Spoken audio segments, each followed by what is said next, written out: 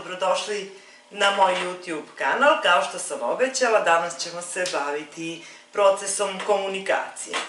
U procesu komunikacije važno je da mi svoju poruku koju kreiramo prenesemo drugim ljudima na adekvatan način, da je oni dobro razumeju. U bilo kom slučaju da šaljete poruku, ovaj proces komunikacije je isti. Postoji pošiljalac poruke, postoji poruka, postoji medij i postoji primalac poruke.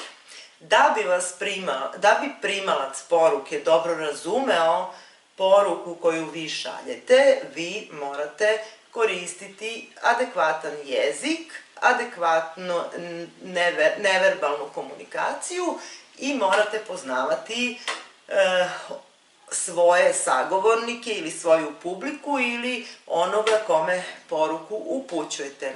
U svakoj komunikaciji postoji medij koji prenosi poruku. Primarni medij je naš glas, ali postoje i savremeni mediji koji prenose poruku putem štampe, radio talasa, televizije, interneta i tako dalje. Još jedna važna stvar u ovom procesu je povratna reakcija. Kroz tu povratnu reakciju vi ćete videti da li vas je onaj kome ste poruku uputili dobro razumeo, kako je na tu vašu poruku reagovao i na osnovu toga ćete komunikaciju nastaviti. Kao što sam rekla, u bilo kojoj vrsti komunikacije, da li se radi o interpersonalnoj komunikaciji između dve osobe, ili se radi o komunikaciji u grupi, ili se radi o masovnoj komunikaciji gde jedan pošiljalac poruke šalje poruku većem broju ljudi, ova pravila su ista za sve i to je neka osnova komunikacionog procesa. Važan je zato što u bilo kom segmentu komunikacije o kome ćemo kasnije govoriti, ovo uvek morate imati na umu, zato što poznavanjem ovih elemenata vi u stvari sprečavate konfliktne situacije i postižete razumevanje drugih ljudi. Da bi poruka bila dobro prihvaćena, vaša poruka može da bude različita, može da bude od toga ja sam gladan do volim te ili želim da vam prodam proizvod ili glasajte za mene na izborima. Apsolutno poruka može biti različita, ali poruka treba uvek, ali uvek da bude jasna, jednostavna i razumljiva.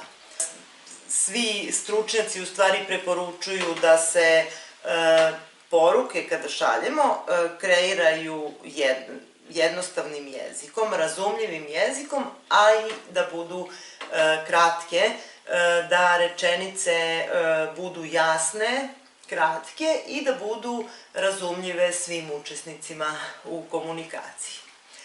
Pored reči, kao što sam rekla, postoje signali, odnosno neverbalna komunikacija kojom mi pojačavamo svoju verbalno izrečenu poruku i ona nam najviše pomaže u usmenoj komunikaciji, u pisanoj komunikaciji. Neverbalna komunikacija nema toliko veliki uticaj kada pišemo pismo ili kada objavljujemo tekst u novinama. Ona tu ima samo smisla kada je fotografija pored, pa ona može nešto više da kaže o tekstu. Međutim, kada komuniciramo usmeno sa drugim ljudima, neverbalnom komunikacijom mi pojačavamo tu svoju poruku, pa onda poruka može biti shvaćena na još bolji način. Znači, mi kada šaljemo neku zabavnu poruku, šaljemo je sa osmehom, kada šaljemo tužnu poruku, šaljemo je sa tužnim izrazom lica, mi možemo taj feedback u komunikaciji u stvari tumačiti kada govorimo o drugim ljudima, kako oni primaju našu poruku, da li su oni uopšte uključeni u proces komunikacije, to možemo videti kroz neverbalne znakove, zatim da li su otvoreni ili zatvoreni za komunikaciju, da li pokazuju zatvorenost ili otvorenost. Mi možemo saznati o učesnicima u tom procesu komunikacije. Što se tiče neverbalne komunikacije, ima još mnogo toga da se kaže, ali, na primer, ima više nivoa neverbalne komunikacije, visina tona i ono što je vezano za naš glas, to su komunikacioni znakovi koji se zovu paralingvistički znakovi i oni u stvari pojačavaju i daju ton poruci. Zatim govor tela koji je najinteresantniji masi ljudi, međutim nije najvažniji jer su sva tri ta segmenta važna, koji pokazuje naše raspoloženje, otvorenost, emocije. I treća stvar je prostorna udaljenost, vidjet ćete kada govorimo o tome, bit će zanimljivo kako neko zauzima prostor, kako sedi neko pored nas, na kolikoj udaljenosti razgovaramo, takođe vrlo jasno može da nam ukaže na raspoloženje sagovornika o nama. Mi, kada šaljemo poruku, mi očekujemo da izazovemo uvek određenu reakciju, tako da li želimo nekoga da zabavimo ili da informišemo, ili da se opustimo sa nekim, ili da prodamo proizvod, mi uvek očekujemo od one druge strane neku povratnu reakciju. Takođe je bitna i samom komunikatoru, odnosno onome ko poruku šalje, ta neverbalna reakcija, jer neverbalna reakcija u stvari nam kazuje o tome da li nas sagovornici razumeju, da li oni dobro prihvataju našu poruku i kako na nju reaguju.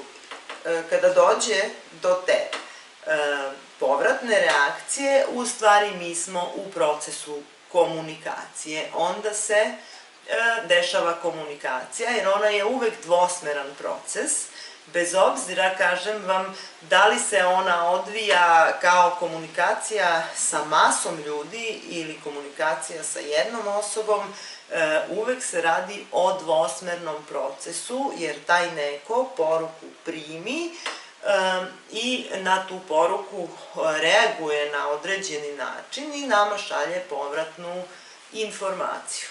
Da bi ostvarili što bolju komunikaciju, odnosno što efikasniju ili efektivniju komunikaciju, mi treba da znamo nešto i o tim svojim sagovornicima kojima poruku šaljemo. Kao što sam rekla, mi nećemo na isti način poslati poruku različitim uzrastima, ljudima različitog obrazovanja, već ćemo tu svoju poruku prilagoditi njihovom stepenu znanja o tome o čemu govorim. I zato je veoma važna stvar da poznajemo one ljude kojima se obraćamo, da znamo koje su njihove vrednosti, koji su njihovi stavovi, koje su njihova iskustva, kakvu bi reakciju oni imali na ono što mi govorimo. Tek onda ćemo uspostaviti dobru komunikaciju. Ja sam govorila o vrednostima. Kada imate izgrađen svoj sistem vrednosti, kada vi znate čemu vi težite i koje su to vaše vrednosti, onda ćete vrlo lako zadržati svoje vrednosti, a da istovremeno ne uvredite nekog drugog ili da istovremeno nekog drugog ne forsirate da menja svoje vrednosti i svoje stavove. Jednostavno moramo prihvatiti da neki ljudi im poseduju određeni sistem vrednosti, da taj sistem vrednosti ne mora da se poklapa sa našim sistemom vrednosti da bi imali proces komunikacije, ali treba da postoji razumevanje razumevanje u procesu komunikacije, odnosno da vi poruku pošaljete na onaj način koji će biti usklađen sa prethodnim nekim iskustvima, stavovima i vrednostima drugih ljudi.